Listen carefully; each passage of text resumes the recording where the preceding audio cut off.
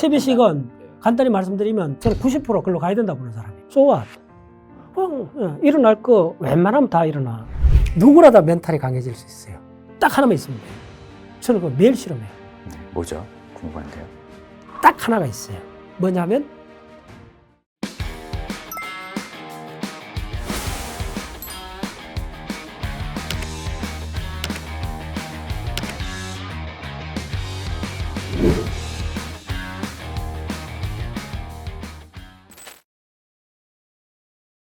안녕하세요. 지식이 되고 돈이 되는 지식업 클래스의 정지훈입니다. 자, 오늘은 뇌과학의 대가시죠. 바로 박문호 박사님을 모셨습니다. 어서 오세요. 예, 방문합니다.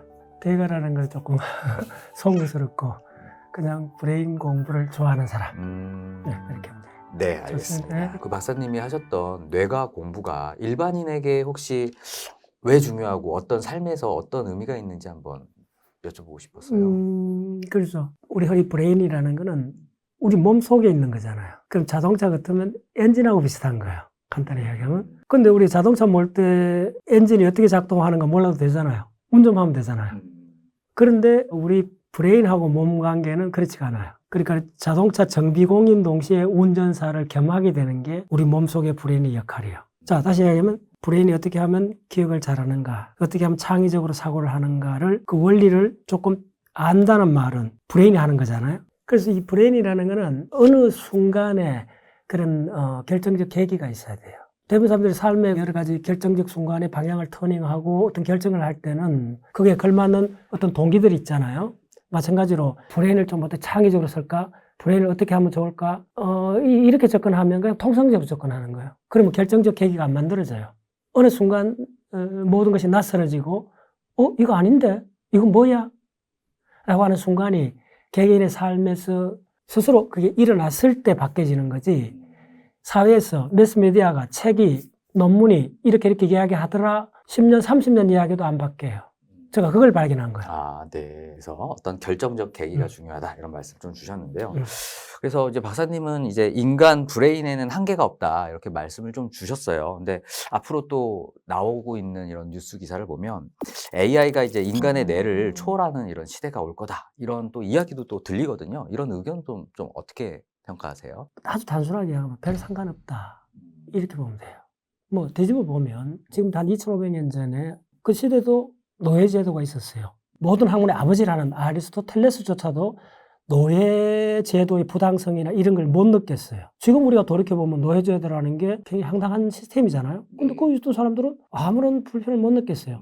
그래서 우리가 과거를 들여보면 AI도 지금은 뭐 걱정이 되지. 100년, 500년 후를 그때가 질문 한번 해보면 아마 가정을 해보면 만약에 AI가 그때 좀 부작용이 있더라도 출연 안 했더라면 인류 삶이 이렇게 다양하지 않았을 거라고 이야기할 확률이 높다는 거예요. 노예제가 사라지듯이. 네. 자, 내가 그 이야기를 한번 비근한 예를 들어줄게요. CCTV가 우리 사회에 도입한 게 한 20년 됐다 합시다.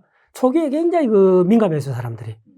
개인 사생활이 어떻고 민감했어요. 자, 그러면 지금 대한민국에 투표를 해보세요. CCTV가 있어야 된다, 없어야 된다. 아마 8대2 정도는 있어야 된다 할 거예요. 맞죠? 동일한 이야기예요. 그래서 우리가 사고 실험이 굉장히 중요해요. 우리는 지금 현재에 갇혀 있는 거예요. 사람들은 그 현재가 너무 급박하기 때문에 내가 당장 직장이 끊어지고 AI가 모든 거 다 해버리니까요. 급박하게 느껴지죠. 그러나 한 10년, 30년 후만 되면 달라집니다. 네, 그러면 AI가 굉장한 자연스러운 변화다 이렇게 말씀을 좀 주신 것 같은데요. 그 테슬라 CEO의 이제 일론 머스크가 최근에 인간의 뇌 이제 AI 칩을 이렇게 이식하는데 또 성공했다라는 이런 이야기도 들리더라고요. 그래서 이런 변화가 결국 우리가 봤었던 매트릭스라는 영화가 현실화되는 가능성이 있다 이렇게 혹시 보시는 건가요? 현실화되면 좋죠. 좋은 건가요? 저는 한쪽으로 생각해요. So what? 일어날 거 웬만하면 다 일어나. 자, 이런 건 좀 크리티컬한 문제를 한번 제시해 볼게요. 인류가 원자력을 이용했잖아요. 그래서 원자폭탄이 나왔잖아요. 그러면 원자폭탄 하나를 보면 지금 핵전쟁 생각하면 없어져야지. 예, 원자력. 그런데 만약에 원자 에너지를 쓰는 걸 다 없애볼까요? 그럼 원자력 발전소 없애야 돼요. 그럼 원래 같은 추운 해에 만약에 원자력 발전소 없다면 플라스 같은 건 한 50% 원자력에 의지하죠. 그러면 추위가 오면 동사하는 사람들, 얼어 죽는 사람들 꽤 있을 거예요. 그것도 노인층들이 문제가 될 거예요. 무슨 이야기냐 하면 원자력이 원자폭탄만 생각하면 없어야 되는 건데 원자력 발전소를 생각하면 이거는 간단한 문제가 아니라는 거예요. 오케이? 그래서 우리가 보는 대부분 문제는 복합적이고 다층적이라는 거예요. 그래서 우리의 사고를 바꿔야 돼요. 그래서 어떻게 보면 예스도 아니고 노도 아닌 판단 보류가 필요할 때가 많아요. 판단 보류의 대표적인 뭔지 알아요? 고고학 발굴입니다. 고고학 발굴은 경주에 가면 처마창 같은 고분이 155개 있어요. 그러면 지금 몇 개밖에 발굴 안 해요. 실력 없어 안 하느냐? No. 더 좋은 실력이 갖춰질 때까지 기다리는 거예요. 대부분 고고학 발굴은.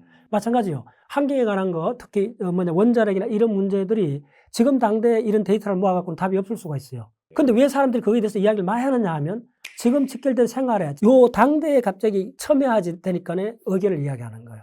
그럴 때는 가급적 판단 보류를 하고 데이터를 모아야 돼요. 지금 AI 챗GPT 문제가 사실 작년도에 뉴스에 크게 났어요.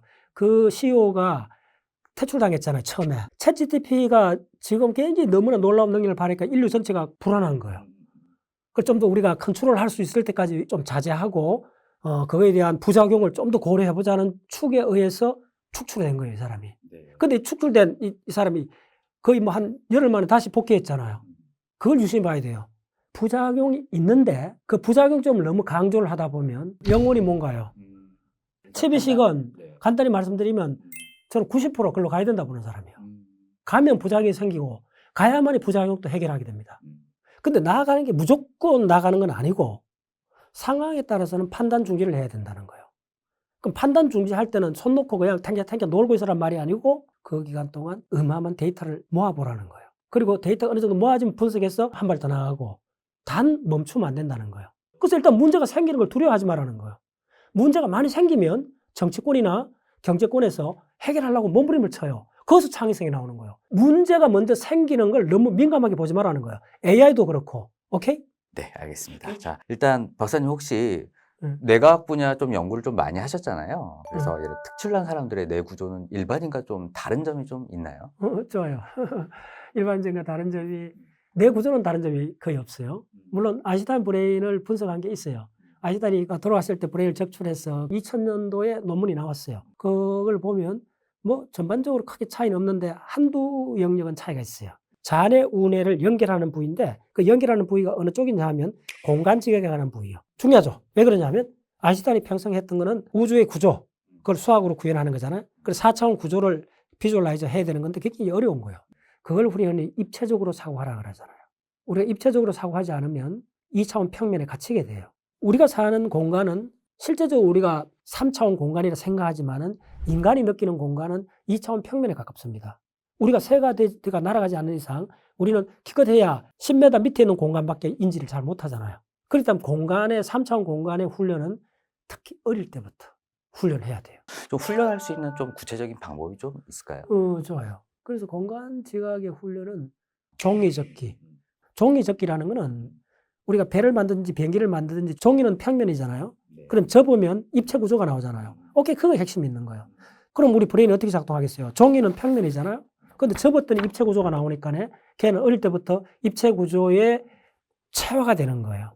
특히 그게 4살, 5살 때 그런 걸 좀 많이 하게 되면 굉장히 세상을 어릴 때부터 입체로 보죠. 어른 돼서는 별 효과가 없어요.